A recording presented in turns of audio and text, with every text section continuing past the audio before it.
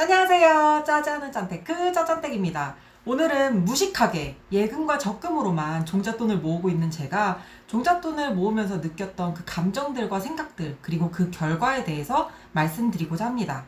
만약에 종잣돈을 모으시는 분들 중에서 이 저축으로만 돈을 모아야 할지 아니면 저축과 투자를 병행해야 할지 고민 중이신 분들이라면 오늘 제 영상이 여러분께서 흔들리지 않고 목표한 바까지 뚜벅뚜벅 걸어갈 수 있는데 조금이나마 도움이 되었으면 합니다.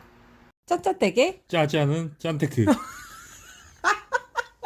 여러분은 종잣돈 모으기 하면은 어떤 방법 먼저 떠오르시나요? 저는 예금과 적금이 먼저 떠올랐어요. 솔직히 저축밖에는 할 줄 아는 게 없었어요. 제가 살면서 돈을 모아본 경험이 그렇게 많지 않았거든요. 그렇게 흥청망청 살아왔던 제가 작년에 이제 굳은 결심을 하고 무식하게 예금과 적금으로만 돈을 모아왔습니다.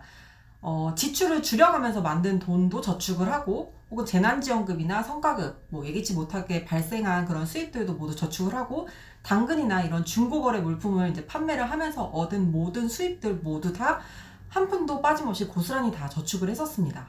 작년까지는 정말 아무 생각 없이 돈만 이제 저축을 통해서 모아오다가 올해 어느 정도 돈이 모여가는 게 보이니까 자연스럽게 투자에 관심이 생기더라고요. 그래서 부동산 관련해서 책도 읽고 신문이나 뉴스도 보고 유튜브 영상들도 굉장히 많이 보면서 공부를 하고 있습니다.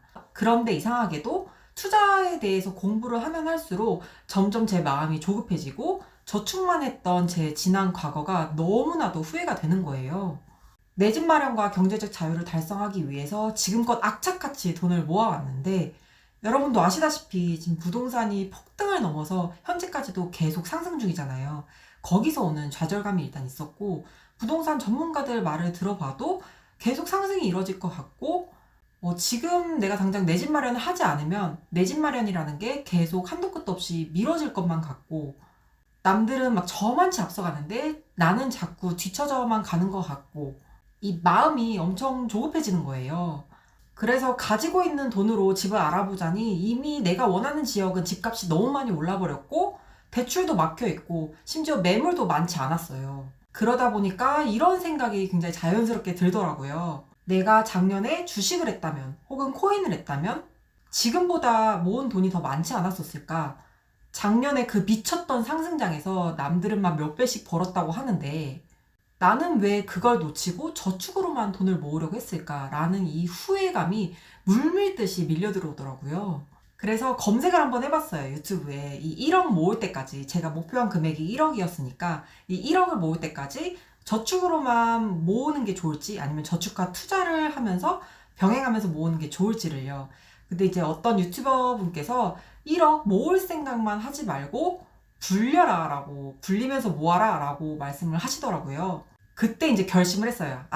내가 이렇게 모을 생각만 하지 말고 이제는 주식으로 불려야겠다. 불려서 내가 목표한 금액만큼 더 빠르게 가야겠다. 라고 결심을 했어요. 하지만 함정이 있었습니다. 저는 정말 아무것도 모르는 주린이였던 거죠. 전혀 공부가 되어 있지 않은 상태인데 일단 계좌부터 파고 주변인들이 추천해주는 종목을 하나씩 매수하기 시작했습니다. 결과는요. 지금까지도 그렇게 산 종목들은 아직까지 피를 철철 흘리면서 엄청나게 물려 있습니다. 처음에는 시드머니 100만 원으로 시작했는데 이게 계속 물려 있다 보니까 300만 원, 500만 원으로 시드머니를 늘려도 저는 항상 돈이 부족했고 항상 계좌는 마이너스였습니다. 그로부터 6개월이 지난 지금은요. 제 계좌는 여전히 마이너스입니다. 하지만 바뀐 점이 하나 있어요. 바로 제가 직접 공부를 하고 이 종목은 내가 매수를 해도 되겠다라는 판단이 들 때만 매수를 한다는 점입니다. 그 주린이었던 제가 익절이라는 것도 하게 되고 소소하게나마 그 수익을 주는 종목들도 생겨나기 시작했습니다. 또 이제 제가 공부를 해서 산 종목들은 주가가 이제 잠깐 조정을 받거나 떨어져도 그래, 이 아이는 언젠간 다시 빛을 발할 아이다 라고 생각을 하면서 믿음을 갖게 되고 좀 더 차분히 기다릴 줄도 알고 욕심을 내려놓게 되었습니다. 오늘도 또 제가 여러분께 제 이야기를 이렇게 또 주절주절 장황하게 늘어놓았는데 제가 딱 드리고 싶은 말씀은 이거예요. 여러분께서 목표한 종잣돈을 모을 때까지는 주식, 코인, 어떤 투자를 하지 말고 정말 무식하게 예금과 적금으로만 모으셨으면 좋겠습니다. 이 종잣돈을 모으는 기간은 여러분께서 이제 차곡차곡 모으는 돈만큼 내가 나를 정말 단단하게 만드는 기간입니다.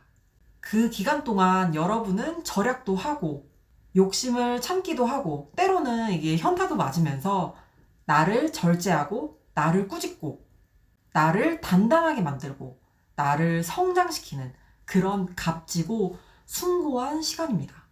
금리 많이 낮죠. 요즘 진짜 1년간 꼬박 모아도 이게 원금만 보전하는 금리라서 여러분께서 당연히 내가 이 기간 동안에 투자를 하면 더 빨리 돈을 모을 수 있지 않을까 라는 생각이 당연히 드실 거고 이 저축만 하는 게 손해는 아닐까 싶으실 거예요. 왜냐면 저도 그랬으니까요. 그런데 여러분 조금만 생각을 달리 해보면 이 절약과 저축도 수익을 내는 투자일 수 있습니다. 주식만 봐도 우리 같은 그 개인 투자자들이 연에 한 5에서 10% 정도 수익을 내기가 정말 쉽지가 않은 일입니다.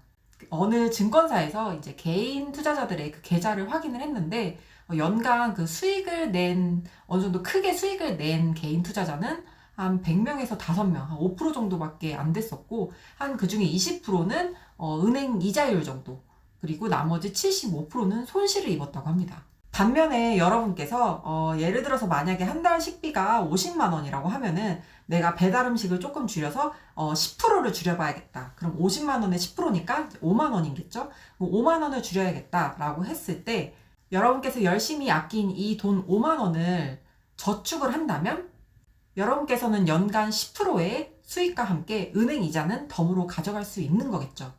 그리고 이 10%의 수익으로 만든 종잣돈은 여러분께서 나중에 투자를 하실 때 활용할 수 있는 아주 견고한 시드머니가 될 수 있습니다.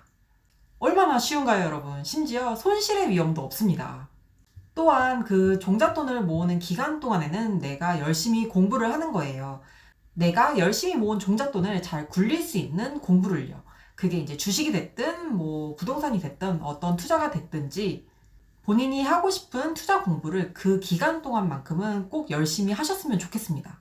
제가 작년에 저축만 하지 말고 투자도 같이 할 걸, 그러면 돈을 더 빨리 모을 수 있었을 텐데 라고 이제 후회를 했다고 말씀을 드렸잖아요. 근데 지금 와서 후회하는 것은 저축만 하지 말고 저축을 하면서 투자 공부도 함께 할 걸입니다.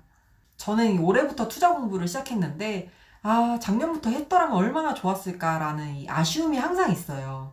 아무튼 또 이렇게 말이 또 길어졌는데 여러분께서는 분명 저보다 훨씬 더 현명하시고 훨씬 더 잘해낼 거라고 생각을 하기 때문에 저처럼 이렇게 돌아가지 마시고 유혹에 흔들리지 마시고 곧디곧은 지름길로 빨리 가셨으면 하는 바람에서 말씀을 드렸습니다. 왜냐하면 이 절약과 저축이야말로 여러분의 목표를 이루는데 가장 빠른 지름길이 될 거라고 저는 믿기 때문입니다. 벌써 7월입니다, 여러분. 새해가 밝은 지 엊그제 같은데 벌써 6개월이라는 시간이 흘렀습니다. 작년에 이어 올해도 변함없이 저와 함께 짠테크길을 걸어주시는 여러분들, 그리고 새롭게 저와 함께 동행해주시는 여러분들 모두 진심으로 감사드리고 응원하고 환영합니다. 다음에도 제 경험을 이렇게 보따리처럼 싸매들고 또 찾아오겠습니다. 저는 언제나 여러분의 짜지 않은 짠테크를 응원합니다. 감사합니다. 짠냥!